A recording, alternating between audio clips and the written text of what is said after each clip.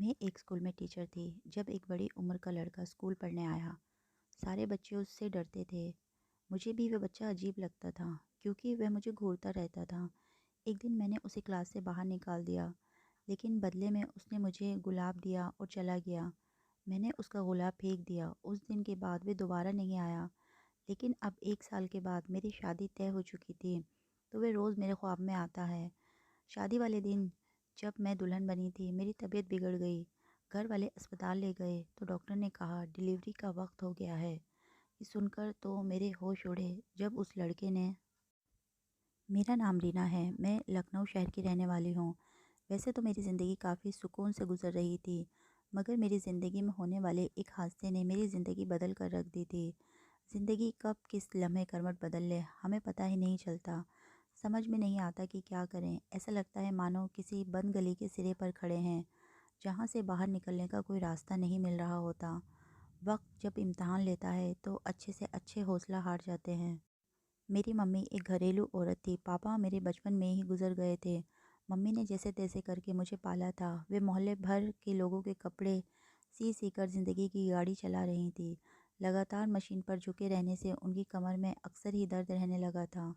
उनकी नज़र तो काफ़ी हद तक कमज़ोर हो चुकी थी। मेरे कोई और भाई बहन थे नहीं, इसलिए मम्मी का सारा लाड और प्यार, उनका सारा ध्यान मेरे लिए ही था। मेरी मम्मी ने मुझे बहुत नखरों से पाला था।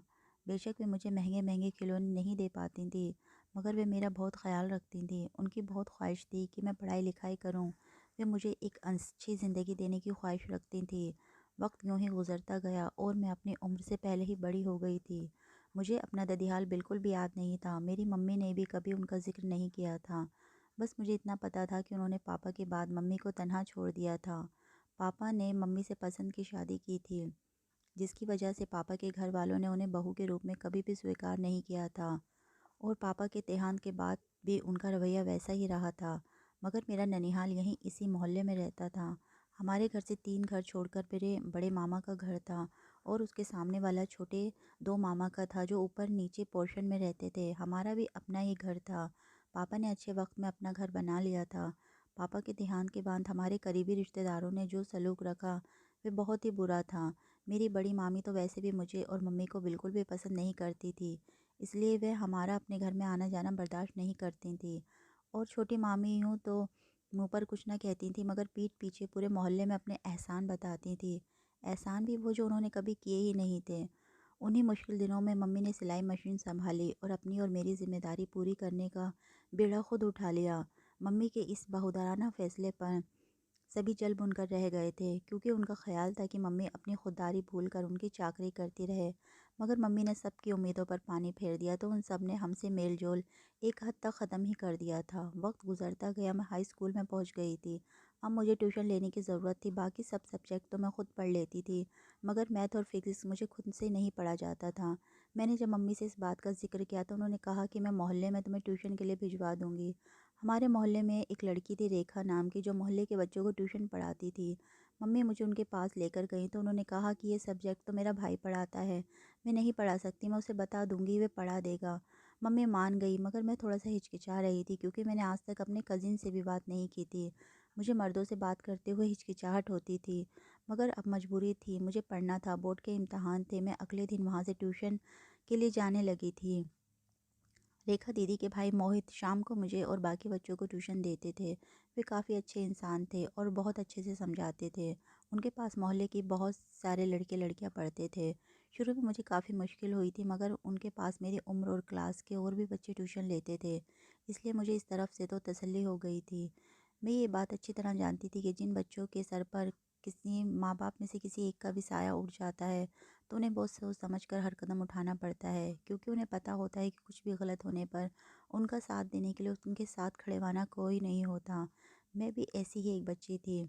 मुझे हर कदम फूंक फूंक कर रखना था। मैं किसी भी हाल में अपनी और अपनी माँ की इज्जत पर एक दाग भी नहीं आने दे सकती थी। मम्मी ने मेरी परवरिश बहुत ही अच्छे तरीके से की थी। वे नहीं चाहती थी कि उनकी बेटी और उनकी परवरिश पर सवाल उठाएं, मगर जिन लोगों की फितरत ही ये सब करने की हो, तो उन्हें हम कभी भी नहीं रोक सकते हैं। कुछ ही दिनों में मोहल्ले वालों के मुंह से होती हुई ये बात जब मामी तक पहुंची कि मैं एक मर्द ट्यूटर से ट्यूशन ले रही हूँ, तो वे पूरे मोहल्ले में मेरे बारे में गलत गलत बातें फैलाने लगी। कुछ दिनों में पूरे मोहल्ले वालों की ज़ुबान पर एक ही बात के चर्चे थे कि कितनी बेशर्म हो गई है रीना, जो एक मर्द से ट्यूशन ले रही है।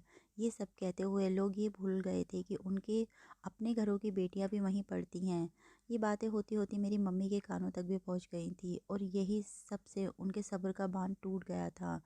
वे सीधा मामी के पास गईं और उन्हें साफ साफ कहा कि मेरे और मेरी बेटी के मामलों से दूर रहें। मगर मामी ने इस बात को भी बतंगड़ बना लिया था। ये सब कहानियाँ धीरे धीरे मोहित सर तक जा पहुँची, मगर उन्होंने मुझसे कुछ भी नहीं कहा। वे मुझे उसी तरह पढ़ाते रहे, मगर उनकी मम्मी को अब मैं खटकने लगी थी। इन सब बातों की एक वजह ये भी थी कि मैं बहुत खूबसूरत और हसीन थी, और यही चीज़ सबकी आंखों में खटकती थी। जैसे तैसे करके मैंने हाई स्कूल कर लिया था। अब तक तो मैंने एजुकेशन में नहीं पढ़ा था, मगर जिस कॉलेज में मैंने एडमिशन लेना चाहती थी वे को एजुकेशन था। मगर फिर इन सब बातों को याद कर मैंने कल कॉलेज में एडमिशन ले लिया था। मैंने खुद अपने हाथों से अपने सपने तोड़ दिए थे। मैं नहीं चाहती थी कि मेरे किरदार पर और मेरी माँ की परवरिश पर कोई उंगली उठाए। मैं दोपहर 2 बजे कॉलेज से वापस आती थी, जब तक मम्मी मेरे लिए रोटी तैयार रखती थी। दिन भर वे मशीन पर झुकी रहती थी। कुछ दिन से उनकी तबीयत बहुत ज़्यादा ख़राब रहने लगी थी। मैंने उन्हें बहुत कहा कि डॉक्टर के पास चलते हैं, मगर वे नहीं मानी। मैं उनकी तबीयत ख़राब होने के कारण काफ़ी परेशान हो गई थी। मैंने कहा कि मैं मामा लोगों से बात करती हूँ, शायद वे हमारी कोई मदद कर दें। मगर मम्मी ने इनकार कर दिया, क्योंकि वह अच्छे से जानती थी कि वे अपनी बीवियों के इशारों पर चलते हैं, इसलिए वे हमारी कोई मदद नहीं करेंगे। मम्मी की रोज़ रोज़ की बिगड़ती हालत मुझे टेंशन में डाल रही थी। एक दिन मैं कॉलेज से वापस आई तो मम्मी ने दरवाज़ा नहीं खोला। मुझे लगा शायद वे बाज़ार गई होंगी। तभी मैंने अपने पास मौजूद दूसरी चाबी से गेट खोला और अंदर आ गई। मम्मी के कमरे से अजीब सी आवाज़ें आ रही थी। मैं किसी अनहोनी के एहसास से दौड़ कर गई तो देखा कि सामने मम्मी फर्श पर पड़ी थी और उनके मुंह से खून निकल रहा था। मेरे तो हाथ पैर फूल गए थे उन्हें इस हालत में देखकर। मैंने उन्हें उठाया और बिस्तर पर लेटाया और बाहर जाकर मोहल्ले के डॉक्टर के पास लेकर आई। उसने सारा चेकअप किया और कुछ दवाई दे दी। उस वक्त तो मम्मी की तबीयत संभल गई, मगर रात को जब मैं सो रही थी तो मेरी मम्मी के करहाने की आवाज़ से मेरी आँख खुल गई। मैंने उठकर देखा तो वो फिर से खून की उल्टियाँ कर रही थी। मैंने फ़ौरन से उठकर मम्मी को देखा। मम्मी की तबीयत अचानक ही बहुत ज़्यादा बिगड़ गई थी। आधी रात का वक्त था और मुझे बिल्कुल भी समझ में नहीं आ रहा था कि मैं क्या करूं। मैंने मोबाइल उठाया और मामा का नंबर डायल किया, मगर उन्होंने फ़ोन नहीं उठाया। फिर मैंने छोटे मामा को कॉल की, उन्होंने भी कॉल रिसीव नहीं किया। एक एक करके सबके नंबर मिला डाले, मगर किसी ने भी रिसीव नहीं किया। माँ की बिगड़ी तबीयत देखकर मैं भागती हुई बाहर गई और मामा लोगों के घरों का दरवाज़ा बजाया, मगर किसी ने नहीं खोला। और उस वक्त मुश्किल हाल में मुझे कुछ और नहीं सूझा तो मैं भागती हुई मोहित सर के घर की तरफ गई और उनका दरवाज़ा बजाया। कुछ ही देर बाद वे बाहर आए और मुझे उस वक्त देखकर हैरान रह गए। मैंने उन्हें जल्दी जल्दी रोते हुए मम्मी की तबीयत के बारे में बताया तो वे फ़ौरन मेरे साथ आ गए। उनके पास अपनी गाड़ी थी, उन्होंने मम्मी को गाड़ी में डाला। मैं भी मम्मी के साथ ही पिछली सीट पर बैठ गई। मम्मी का सर मेरी गोद में था और वे बेहोश हो चुकी थी। मोहित सर ने तेज़ी से गाड़ी मोहल्ले से निकाली और अस्पताल के रास्ते पर चल दिए। मैं लगातार दुआएं कर रही थी, मम्मी को कुछ ना हो। मेरे पास इकलौता एक वही तो रिश्ता बचा था। अगर मैं उन्हें भी खो दिया तो मैं इस भरी दुनिया में अकेली रह जाऊंगी। कुछ देर बाद हम मोहित सर की फास्ट ड्राइविंग की बदौलत अस्पताल पहुंच गए थे। वहां जाकर डॉक्टर ने मम्मी को फ़ौरन से इमरजेंसी में ले जाने को कहा था। हम दोनों बाहर खड़े इंतज़ार और दुआएं कर रहे थे। मैं बेंच पर बैठ गई और चेहरा हाथों से छुपा कर रोने लगी। वक्त गुजरता गया, मैं इंतज़ार के कठिन लम्हों से गुजर रही थी। तभी मोहित सर मेरे पास आए और मुझे आवाज़ दी तो मैंने सर उठाकर देखा। उनके हाथ में चाय और कुछ बिस्किट थे। उन्होंने मेरी तरफ बढ़ाए और कहा कि कुछ खा लो, इस तरह तो तुम बीमार पड़ जाओगी, तो अपनी मम्मी का ख्याल कैसे रख पाओगी। उनकी बातें सुनते हुए मैंने उनके हाथ से चाय का कप थाम लिया। वे वहीं मेरे करीब ही बैठ गए। थोड़ी देर वे चुप रहे, फिर बोले कि परेशान मत हो, वे ठीक हो जाएंगी। उनकी तसल्ली पर बस मैं सर हिलाकर रह गई थी। न जाने कितने घंटे गुजर गए थे, मगर डॉक्टर अब तक कुछ नहीं बता रहे थे। इस दौरान मैंने कई बार माँ के घर का नंबर डायल किया, मगर वहाँ से कोई फ़ोन नहीं उठा रहा था। थक हार कर मैंने मोबाइल साइड पर रख दिया और कुर्सी की टेक लगाकर आंखें बंद कर ली। न जाने मुझे इस हालत में कितना वक्त हो गया कि तभी डॉक्टर की आवाज़ से मेरी आँख खुली। शायद मैं गहरी नींद में चली गई थी। मैंने देखा कि सामने डॉक्टर और मोहित सर खड़े कुछ बात कर रहे थे। मैं उठकर तेज़ी से उनकी तरफ बढ़ी। मुझे देखकर मोहित सर मेरी तरफ आए और बोले, तुम वहाँ बैठ जाओ, मैं डॉक्टर से बात करके अभी आया। फिर वे वहाँ से डॉक्टर के साथ उनके रूम में चले गए। मैं वहीं परेशान खड़ी रह गई कि ना जाने मेरी मम्मी कैसी हैं। जब कुछ देर बाद वे वापस आए तो मैंने उनसे पूछा कि क्या हुआ और डॉक्टर क्या कह रहे थे। तो उन्होंने मुझसे कहा, तुम पहले बैठो। मैंने कहा, नहीं, मुझे बताएं। तो वे कुछ देर चुप रहे, जैसे शब्द ढूंढ रहे हों। उनकी ये खामोशी मुझे किसी अनहोनी का एहसास दिला रही थी। फिर उन्होंने मुझसे कहा, रीना, हमारे साथ जो भी होता है उसमें भगवान की मर्ज़ी होती है। हम सब भगवान की अमानत हैं और एक दिन हमें उनके पास लौट कर जाना ही है। ये एक ऐसी हकीकत है जो हम कभी नहीं झुठला सकते हैं, इसलिए तुम्हें अब बहुत हिम्मत से काम लेना चाहिए। डॉक्टर ने बहुत कोशिश की मगर वे तुम्हारी मम्मी को बचा नहीं सके। मैं जो बेसुध होकर उनकी बातें सुन रही थी, उनकी आखिरी बात पर उनके बाजू में झूल गई। उसके बाद मुझे कुछ होश ना रहा। कब मामा लोग आए, कब मम्मी के शव को घर लाया गया। मुझे तो जब होश आया तो पहला ख्याल मुझे माँ का आया। मैंने फ़ौरन से उठना चाहा तो मेरे पास खड़ी नर्स ने मुझे रोक दिया। कुछ देर बाद मोहित सर आए और डॉक्टर से बात करके मुझे अपने साथ घर ले गए। घर में बाकी लोगों के साथ मामा की फैमिली भी वहाँ मौजूद थी। उन्हें देखकर मेरे अंदर गुस्से की एक तेज़ लहर उठी। मैं तेज़ी से उनकी तरफ बढ़ी और बोली, अभी के अभी यहाँ से निकल जाएं। मेरी माँ को जब आप लोगों की सबसे ज़्यादा ज़रूरत थी तब तो आप लोगों ने एक कॉल तक रिसीव नहीं किया। अब आप किस मुंह से यहाँ आए हैं? सबके सामने मेरे इस रवैये से उनके मुंह सुर्ख हो गए। फिर मोहल्ले की ही एक औरत मेरे पास आई और मुझे लेकर अंदर कमरे की तरफ बढ़ गई। मैं बहुत ही शौक में थी मगर मैं जानती थी कि अब मुझे ही खुद को संभालना है। माँ के अंतिम संस्कार के बाद जब सब लोग जाने लगे तो मोहित सर मेरे पास आए और बोले, अगर किसी भी चीज़ की ज़रूरत हो तो बिना किसी हिचकिचाहट के मुझे बता देना। मैंने उनका शुक्रिया अदा किया। उन्होंने ही अब तक सारी भागदौड़ की थी और अब भी वहीं थे, जो सब कुछ देख रहे थे। मेरे मामा लोग तो बस दिखावा करने के लिए आए थे और चले गए। और ये अच्छा ही हुआ क्योंकि मुझे उस वक्त उन पर बहुत ही गुस्सा था। खैर, सब चले गए और घर बिल्कुल खाली हो गया। मैंने मोहित सर के चले जाने के बाद दरवाज़ा अच्छे से बंद कर दिया और मम्मी के कमरे में जाकर बैठ गई। मम्मी की यादें हर एक चीज़ में समाई हुई थी। समझ में नहीं आता था कि क्या करूं, कैसे इस दुख को कम करूं। वह पूरी रात मैंने बुरी तरह रोते हुए गुजारी थी। माँ का ना होना यानी मुझे बड़ी दुनिया में तन्हा कर गया था। अपने रिश्तेदारों से मुझे किसी अच्छे की उम्मीद ना थी। सिर्फ भगवान ही मेरा मददगार था, बस उसी का आसरा था। मैं पूरा हफ्ता बुखार में है रही थी। रो रो कर मेरी हालत बहुत ख़राब हो चुकी थी। मोहल्ले की औरतें मेरे पास आ जाती थी मगर वे भी कब तक देखती। फिर मुझे ही हिम्मत कर उठना पड़ा। मैं दवाई लेने बाहर जा रही थी कि रास्ते में मुझे मामा मिल गए और मुझे देखकर बोले, क्या हुआ है? मैंने कहा, दवाई लेने जा रही हूँ। उन्होंने कहा, चलो मैं तुम्हारे साथ चलता हूँ। उस वक्त मेरी हालत उनसे बहस करने की नहीं थी, इसलिए मैं उनके कहने पर चुपचाप उनके साथ चली गई। वे मुझे डॉक्टर के पास लेकर गए और मुझे दवाई दिलवाई और साथ में घर तक छोड़ने आए थे। मैं उनकी इतनी मेहरबानी पर हैरान थी। उस रात पहली बार मेरे दिल में उनके लिए जगह बनी थी। वे मेरा ख्याल रखने लगे थे। मामी बहुत नाक मुँह चढ़ाती थी इस बात पर। दिन गुजरते गए तो मुझे एहसास हुआ कि अब मुझे रोज़गार की भी ज़रूरत है। मामा का क्या पता कि वे कब तक अपने वाले रूप में वापस आ जाएं और मुझसे दोबारा से बेगाने हो जाएं। इसलिए मैंने अपने मोहल्ले के एक स्कूल में टीचिंग जॉब के लिए अप्लाई कर दिया था। इसमें मोहित सर ने मेरी बहुत मदद की थी क्योंकि वह स्कूल उन्हीं के एक दोस्त का था। इसलिए मुझे ज़्यादा क्वालिफ़िकेशन ना होने के बावजूद भी रख लिया गया था। फ़िलहाल तो मैं टीचर के असिस्टेंट के तौर पर जॉब कर रही थी। स्कूल का माहौल काफ़ी अच्छा था, स्टाफ काफ़ी मदद करते थे। यहाँ मेरा वक्त काफ़ी अच्छा गुजरता था। मैं शाम की शिफ्ट में पढ़ाती थी, इसलिए कॉलेज जाने में कोई मसला नहीं होता था। मगर मैं घर आते-आते काफ़ी थक जाती थी और ऊपर से खाली घर मुझे काट खाने को दौड़ता था। मामा कभी कभार मेरा हाल पूछने आ जाते थे। मेरे कॉलेज के इम्तहान थे। कुछ ही दिनों में मोहित सर ने मुझे तैयारी के लिए आने को कह दिया था। स्कूल से फ्री होते ही मैं सीधा वहाँ चला जाती थी।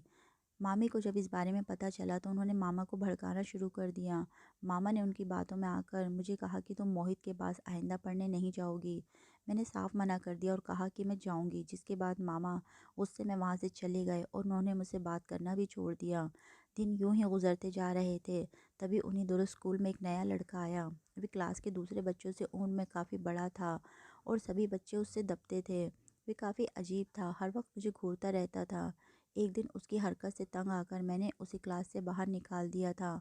उसने बाहर जाने के बजाय अपनी जेब में एक फूल निकाला और मुझे देकर चला गया। मैं उसकी हरकत बस उसे देखने लगी और वह फूल उसी वक्त फेंक दिया था। मुझे उस पर सख्त गुस्सा था। मैंने सोच लिया था कि मैं कल उसकी खूब क्लास लूँगी। मगर अगले दिन जब मैं स्कूल पहुँची तो वह वहाँ नहीं था। अजीब इंसान था वह। मैंने किसी बात से पता करवाया तो पता चला कि वो स्कूल छोड़कर जा चुका है। मैं भी इत्मीनान से हो गई, चलो अच्छा हुआ चला गया, वरना उसने तो सबको परेशान कर रखा था। उन्हीं दिनों की बात है, मैं बहुत खुश थी क्योंकि मेरी तनख्वाह भी बढ़ गई थी और मैंने अब मॉर्निंग शिफ्ट में पढ़ाना शुरू कर दिया था। शाम में मोहल्ले के कुछ बच्चे मेरे पास पढ़ने आ जाते थे। उन्हीं दिनों मोहित सर की बहन की शादी तय हो गई थी। उन लोगों ने मुझे बुलाया था, पर मोहित सर की मम्मी मुझे कुछ ख़ास पसंद नहीं करती थी, मगर उनकी बहन मेरे साथ बहुत अच्छा रवैया रखती थी। मैं बहुत अच्छे से तैयार होकर उसकी शादी में गई थी। शादी क्योंकि मोहल्ले में थी तो सभी मोहल्ले के लोग आए हुए थे। मेरे मामा लोगों की फैमिली भी वहीं थी। मैंने शादी के दौरान नोट किया कि वहाँ मेरी माँ, मामा की बेटी जो कि मेरी हम उम्र ही थी, मोहित सर के खूब आगे आगे पीछे घूम रही थी। मुझे ये देखकर थोड़ा अजीब लगा था क्योंकि मोहित सर उस पर बिल्कुल भी ध्यान नहीं दे रहे थे। शादी के फंक्शन तो जैसे तैसे गुजर गए और ज़िंदगी वापस अपने रोज़मर्रा पर आ गई थी। मुझे अपने रिज़ल्ट का शिद्दत से इंतज़ार था क्योंकि मुझे अपनी माँ की ख्वाहिश को पूरा करना था। उनकी बहुत ख्वाहिश थी कि मैं खूब ज़्यादा पढूँ और इसलिए मैंने पहले से भी ज़्यादा मेहनत करना शुरू कर दिया था।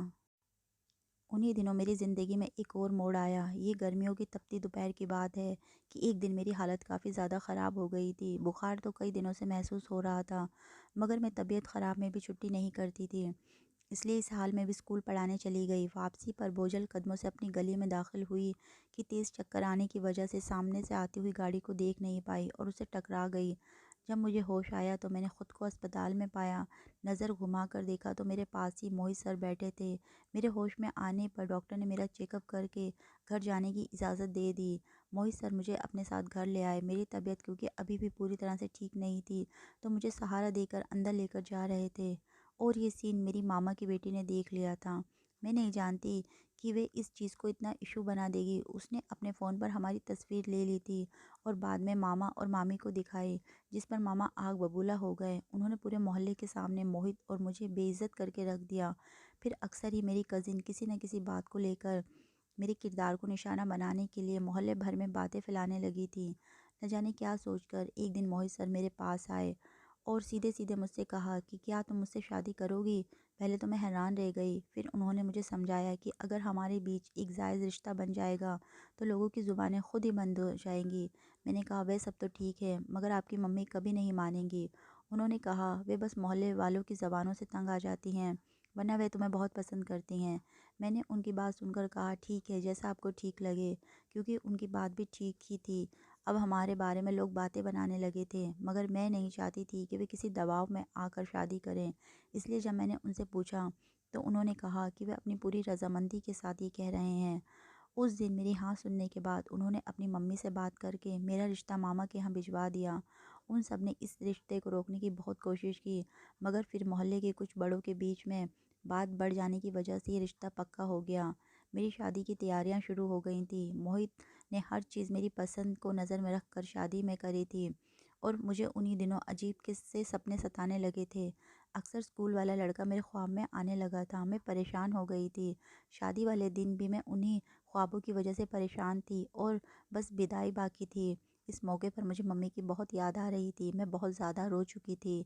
मैं अभी अंदर बैठी इन्हीं सोचों में थी कि अचानक मेरी तबीयत बिगड़ने लगी। मोहित और उसके घर वाले तुरंत मुझे अस्पताल लेकर गए। जैसे ही हम अंदर दाखिल हुए, सामने स्ट्रेचर पर एक औरत लेटी थी और उसके पास एक डॉक्टर खड़ा नर्स को कह रहा था कि तुम इन्हें फ़ौरन इमरजेंसी में ले जाओ, डिलीवरी का वक्त हो गया है। मेरे पास खड़ा डॉक्टर जल्दी से नर्स को हिदायत देकर मेरी तरफ मुड़ा और मेरा चेकअप के लिए ले गया। चेकअप के बाद उसने बताया कि आप इन्हें घर ले जा सकते हैं। बाहर सब मेरा ही इंतज़ार कर रहे थे। उसी वक्त मेरी नज़र कॉरिडोर में बैठे एक लड़के पर पड़ी तो मैं चौंक गई, क्योंकि वही लड़का था जो स्कूल में मुझे घूरता रहता था और अब इतने वक्त में मेरे ख्वाबों में भी आ रहा था। मैं तेज़ी से उसके पास आई तो वह मुझे वहाँ यूँ देखकर घबरा गया। मैंने उससे कहा कि तुम कौन हो और ये बताओ तुम स्कूल में मुझे गुलाब देकर क्यों गए थे। उसने कहा कि मेरा भाई लड़कियों से फ्लर्ट करता था और उनको अपनी मोहब्बत के झूठे जाल में फंसा कर छोड़ देता था। आपके मामा की लड़की भी उसकी दोस्त थी। वे मोहित सर को बहुत पसंद करती थी, मगर उसे लगता था कि आप उन्हें उससे छीन लेंगी। इसलिए उसने मेरे भाई के साथ मिलकर प्लान बनाया था और सोचा कि मेरे ज़रिए वे आपको अपनी मोहब्बत के जाल में फंसा लेंगे और बाद में सबके सामने बदनाम कर देंगे। पहले तो मैंने उनकी बात मान ली, मगर उस दिन जब आपको उनका दिया हुआ गुलाब देकर वहाँ से निकला तो मुझे एहसास हुआ कि मैं बहुत गलत कर रहा हूँ।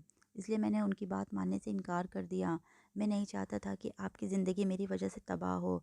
वे इतना बताकर वहाँ से चला गया और पीछे मुझे हैरत में खड़ा छोड़ गया था। मुझे अब वह लम्हा याद आ रहा था जब वह मोहित के इर्द-गिर्द मंडराती थी और जब उसने मुझे रुस्वा करने की कोशिश की थी। अब मुझे समझ में आ रहा था कि मेरा अंदाज़ा ठीक था। वे वाक़ई मोहित को पाना चाहती थी। मगर एक बात जो मैं जानती थी, वो ये कि मोहित उसके जैसी लड़कियों को बिल्कुल भी पसंद नहीं करते, जो अपनी इज़्ज़त को दाँव पर लगाकर मर्दों के पीछे पड़ जाती हैं। मैं उन्हीं सोचों में गुम खड़ी थी कि तभी मोहित मेरे करीब आए और बोले, क्या हुआ, किन सोचों में गुम हो, घर नहीं चलना? तो मैंने उनकी बात सुनकर अपना चेहरा उनकी तरफ मोड़ दिया और उनका बड़ा हुआ हाथ थाम लिया, इस वादे के साथ कि इस हाथ को वे कभी नहीं छोड़ेंगे। अगर आपको हमारी आज की कहानी पसंद आई तो इस वीडियो को लाइक करें और ज़्यादा से ज़्यादा शेयर कीजिए। इस तरह की अच्छी अच्छी कहानी सुनने के लिए हमारे चैनल को सब्सक्राइब करना ना भूलिएगा।